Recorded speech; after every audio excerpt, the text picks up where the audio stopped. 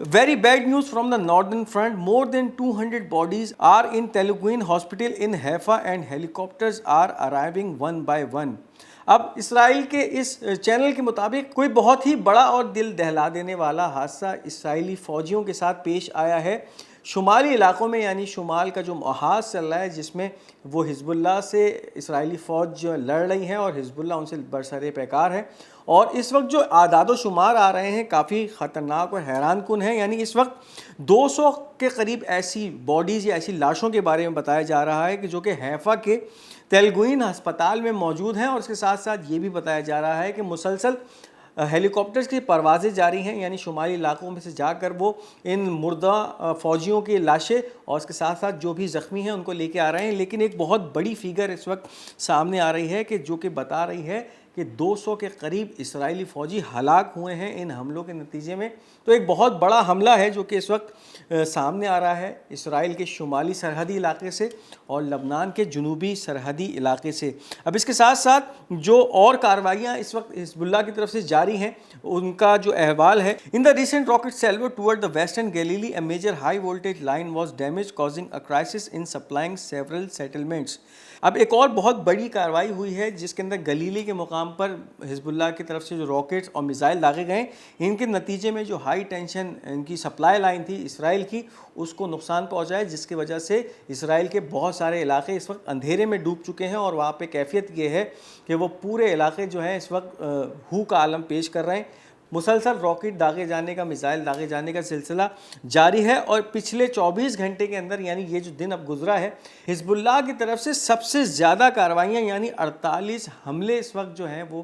کیے گئے ہیں. اس وقت کیفیت یہ ہے کہ مسلسل ڈرونز اور میزائلز جو ہے وہ داغے جا رہے ہیں، ان علاقوں پہ گر رہے ہیں اور مسلسل ان علاقوں کے اندر سائرنز کی آوازیں جو ہیں وہ گونج رہی ہیں. اب تک کی جو اطلاع سامنے آ رہی ہیں اس وقت 48 حملے ہیں جو کہ حزب اللہ نے پچھلے 24 گھنٹے میں کیے ہیں. حزب اللہ carried out 48 operations today, Friday 25 October, the highest number of operations conducted in a day since October 2023. طوفان الاقصیٰ کے آغاز سے لے کر اب تک جو بھی حزب اللہ اس جنگ میں انوالو ہوئی ان تمام حملوں میں جو سب سے بڑی فگر اس وقت سامنے آ رہی ہے، یعنی ایک ہی دن میں 24 گھنٹے میں 48 حملے اسرائیل کی مختلف جگہوں پہ کیے گئے، مختلف مقامات کو نشانہ بنایا گیا ہے، جو کہ اس جنگ میں اب تک حزب اللہ کی طرف سے کیے جانے والے سب سے زیادہ حملے ہیں 24 گھنٹے کے اندر. اس کے ساتھ ساتھ جو اس وقت ٹینکس تباہ کرنے کا سلسلہ ہے وہ بھی جاری ہے اور اس وقت 5 اور اسرائیلی مرکبہ ٹینکس کو تباہ کیا گیا ہے جو کہ لبنان کے اندر داخل ہونے کی کوشش کر رہے تھے یا پھر جو ہے ان کو اسرائیل کے شمالی علاقوں میں تباہ کیا گیا ہے. اس وقت جو تعداد سامنے آ رہی ہے 38 ٹینکس، مرکبہ ٹینکس اس وقت تباہ ہو چکے ہیں، یعنی 1 اکتوبر سے لے کر اور 25 اکتوبر تک اسرائیل کے 38 مرکبہ ٹینکس ہیں جو کہ تباہ کیے جا چکے ہیں اور پچھلے 24 گھنٹے کے اندر یہ تعداد جو ہے 8 ٹینکس تک پہنچ چکی ہے. تو ایک بہت بڑی جو ہے وہ فورس کے ساتھ حزب اللہ لڑ رہی ہے اور مسلسل ان کے حملوں میں شدت آتی جا رہی ہے. نئے نئے ہتھیاروں کا استعمال بھی کیا جا رہا ہے، یعنی کل جو کارروائیاں کی گئیں اسرائیل میں اس میں فتح میزائل جو ہے اس کا استعمال بہت زیادہ کیا گیا، بیلسٹک میزائل کا حزب اللہ کی طرف سے، اور اسرائیل کے بہت سارے علاقوں کو اس سے نشانہ بنایا گیا. اس کے ساتھ ساتھ ایک اور ایسی کارروائی بھی حزب اللہ کی سامنے آ رہی ہے جس کے اندر حزب اللہ نے اسرائیلی فوجیوں کی پہلے ایک ٹولی کو نشانہ بنایا اور اس کے بعد جب ان کے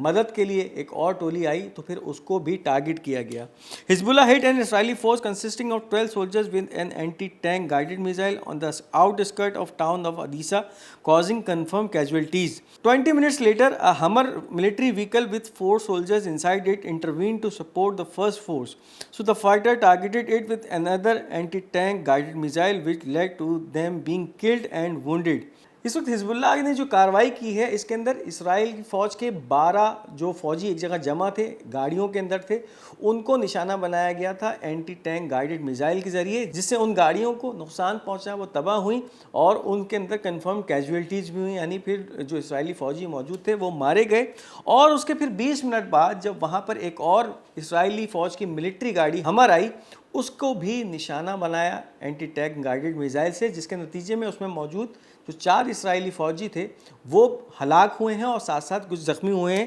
تو یہ اس وقت جو ہے وہ تازہ ترین کارروائی حزب اللہ کی سامنے آ رہی ہے. اب اس کے ساتھ ساتھ جو ڈرونز داغنے کا سلسلہ تھا وہ بھی لبنان سے آج جاری رہا. We launch an air attack a short while ago with a squadron of attack drones on the Phylon base, the headquarter and emergency warehouse of 36 and 210 division east of the city of Safed and hit its targets accurately. اب سفید کے اندر ایک اسرائیلی بیس کو نشانہ بنایا جو کہ 36 اور 210 ڈویژن اسرائیلی فوج کا اس کا ایک ویئر ہاؤس بھی ہے اور اس کے ساتھ ساتھ اس کا ہیڈ کوارٹر ہے. اور ان حملوں کے اندر جو ڈرونز داغے گئے تھے انہوں نے سفید کی اس بیس کو ہٹ کیا اور وہاں جو ان کا ویئر ہاؤس تھا آرمی کا اسرائیلی فوج کا ویئر ہاؤس تھا اس کو کافی نقصان پہنچایا ان براہ راست حملوں میں. اب اس وقت جو وال اسٹریٹ جرنل ہے اس نے ایک خبر شائع کی ہے اور خبر یہ ہے کہ اس وقت حوثی جتنے بھی حملے کر رہے ہیں بحیرہ احمر میں یا اس کے ساتھ ساتھ باب المندب میں ان تمام حملوں کے اندر جو انٹیلیجنس یا معلومات فراہم کی جا رہی ہیں حوثیوں کو وہ رشیا کی طرف سے فراہم کی جا رہی ہیں. Russia provided Houthis with evidence to help them target western ships in the Red Sea with ballistic missiles and drones. Russia یا رشین سیٹلائٹس اس پر مکمل طور پہ معلومات فراہم کر رہی ہیں حوثیوں کو ان تمام جہازوں کے متعلق کہ جن کا پورٹ آف ڈیسٹینیشن اسرائیل ہوتا ہے یا وہ تمام بندرگاہیں جو اسرائیل سے تعلق رکھتی ہیں وہاں جا رہے ہوتے ہیں وہ جہاز. تو ان کو جو نشانہ بنانے کا سلسلہ ہے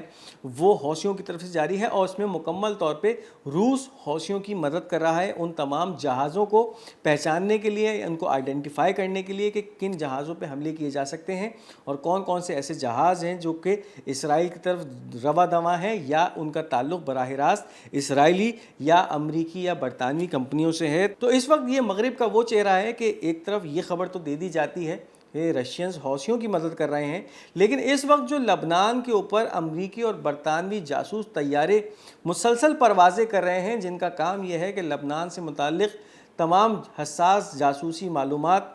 اسرائیل کو فراہم کی جائے تاکہ پھر وہ اسرائیلی طیارے بیروت پہ جا کے بمباری کریں اس کا ذکر پھر کہیں پہ بھی نہیں کیا جاتا. تو اس وقت یہ مغرب کا ایک دوہرا معیار ہے کہ یعنی پھر جو کام رشیا حوثیوں کے ساتھ مل کر کر رہا ہے وہ جرم قرار دیا جائے لیکن اگر وہی کام امریکہ اور برطانیہ اسرائیل کے لیے لبنان کے خلاف کر رہے ہیں تو پھر اس کے اوپر کوئی پرچار نہیں ہو رہا. یہ تھی اس وقت تک کی اہم اپڈیٹس. امید کرتے ہیں آپ کو یہ اپڈیٹس پسند آئیں گی. اپنی قیمتی آراء کا اظہار کمنٹس میں ضرور کیجیے گا. اس ویڈیو کو لائک اور شیئر کرنا مت بھولیے گا اور ہمارا یہ چینل پاک گولڈ میڈیا اس کو ضرور سبسکرائب کرتے جائیے گا. انشاءاللہ بہت جلد آپ سے ایک دوسری ویڈیو میں ملاقات ہوگی. تب تک اپنا بہت بہت خیال رکھیے گا. تب تک کے لیے مجھے اجازت دیجیے. خدا حافظ و ناصر.